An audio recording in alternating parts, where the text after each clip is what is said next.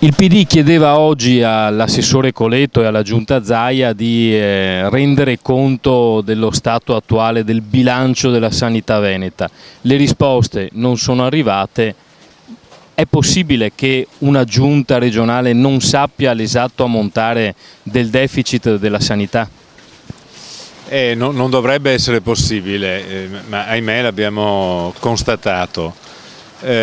Non con stupore in realtà, perché la giunta regionale non ha fatto nulla negli ultimi anni per mettersi nelle condizioni di conoscere il sistema. Faccio solo un esempio, contrariamente a quello che avviene in altre regioni del nord e del centro Italia, Toscana, Lombardia, Emilia-Romagna, nel Veneto ognuna delle USL ha un sistema informativo diverso, per cui la regione, se vuole sapere qualcosa, deve, come si faceva 20 anni fa, mandare i questionari alle varie aziende e dire: per favore mi rispondi a queste domandine, quanti dipendenti hai, quanto spendete di persone qua, cioè, è una cosa pazzesca, mentre sarebbe necessario, urgente, che il sistema informativo diventasse unico in modo che i dati vengono acquisiti in automatico, c'è la possibilità di governare il sistema della sanità veneta.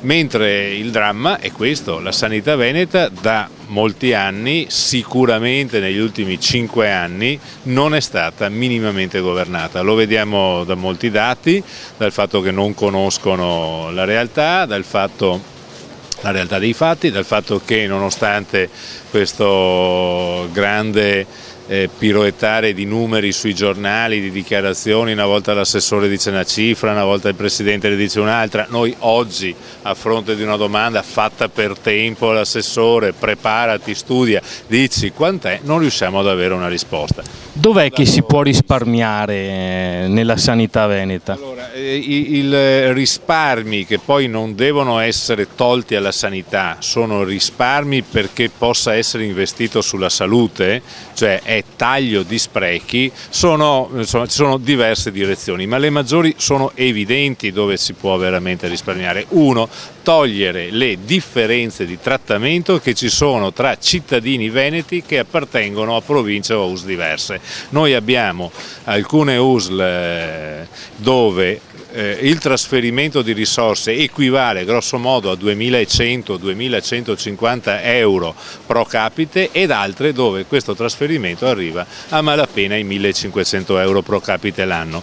E guarda caso, la cosa poi più sorprendente è che è proprio nelle USL dove il trasferimento è minore che abbiamo spesso la sanità migliore, ma non perché lo dico io, lo dice qualcuno, perché sono gli stessi abitanti, gli stessi utenti delle USL sprecone che riconoscono come poco qualificato il proprio servizio, e quando hanno poco più di un mal di pancia, cioè quando hanno un problema sanitario serio o presumono di poter avere un problema sanitario serio, si rivolgono alle USL ad alta specializzazione e agli ospedali messi nelle USL in altre province.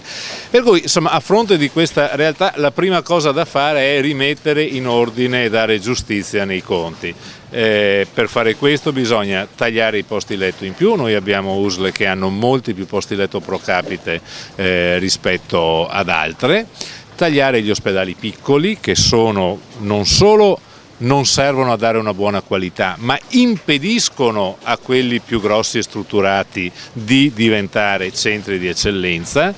Dobbiamo poi far sul serio la centralizzazione di alcuni servizi. Faccio l'esempio degli acquisti o faccio l'esempio della gestione del personale. Tutte le USL hanno sostanzialmente esternalizzato, cioè dato a una ditta esterna, la gestione del personale, paghe, posizione amministrativa, posizione giuridica del personale, tutto quello che riguarda la gestione del personale. Bene, nonostante sia avvenuto questo negli ultimi anni, noi continuiamo a avere, ho fatto il conto di quante unità, quante persone in tutte le USL del Veneto si dedicano al personale, sono 731, cioè esternalizziamo i servizi e continuiamo a pagare e a tenere dentro le USL le persone che una volta facevano il servizio che adesso abbiamo dato fuori.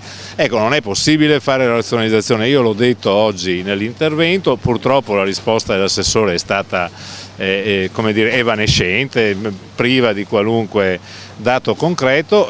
Mi auguro che sia solo perché siamo all'inizio, anche se ormai sono passati 6 mesi. Zaia aveva promesso il piano sociosanitario come uno degli obiettivi prioritari e urgenti della sua azione di governo, non abbiamo visto neanche lo straccio di una bozza, siamo davvero preoccupati.